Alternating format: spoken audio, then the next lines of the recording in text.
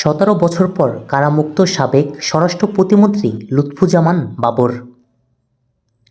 আজ বৃহস্পতিবার বেলা 2টার দিকে তিনি কেরানীগঞ্জ ঢাকা কেন্দ্রীয় কারাগার থেকে বের হয়ে আসেন। এ সময় কারা ফটকে অপেক্ষমাণ নেত্রকোনা থেকে আসা তার সমর্থক ও বিএনপির নেতা কর্মীরা তাকে ফুলের মালা দিয়ে বরণ করে নেন।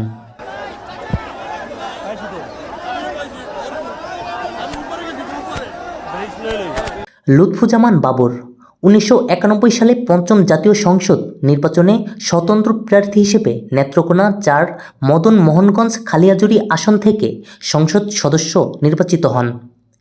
এরপর 1996 ও 2001 সালের সপ্তম ও অষ্টম জাতীয় সংসদ নির্বাচনে সংসদ সদস্য হন।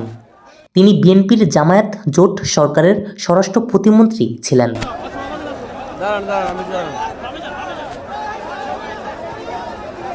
আদালত ও কারাগার সূত্রে জানা গেছে, আজ সকাল 9টার দিকে লুৎফুজ্জামান বাবরের চট্টগ্রাম 10 ট্রাক অস্ত্র চোরাচালানের ঘটনায় অস্ত্র আইনে করা মামলায় যাবজ্জীবন সাজা থেকে উচ্চ আদালতে খালাস পাওয়ার চিঠি ঢাকা কেন্দ্রীয় কারাগারে আসে।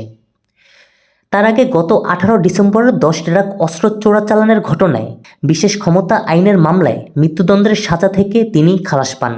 এর আগে গত বছরের 23 অক্টোবর দুর্নীতির মামলায় 8 বছরের দণ্ড থেকে এবং 1 ডিসেম্বর 21 আগস্ট গ্রেনেড হামলার মৃত্যুদণ্ড থেকে খালাস পান বাবর।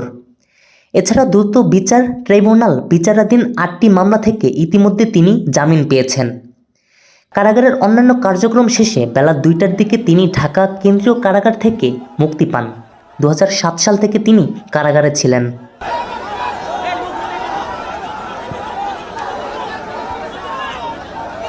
গগন শিমুল, প্রথম স্টেশন, নিউজ 24।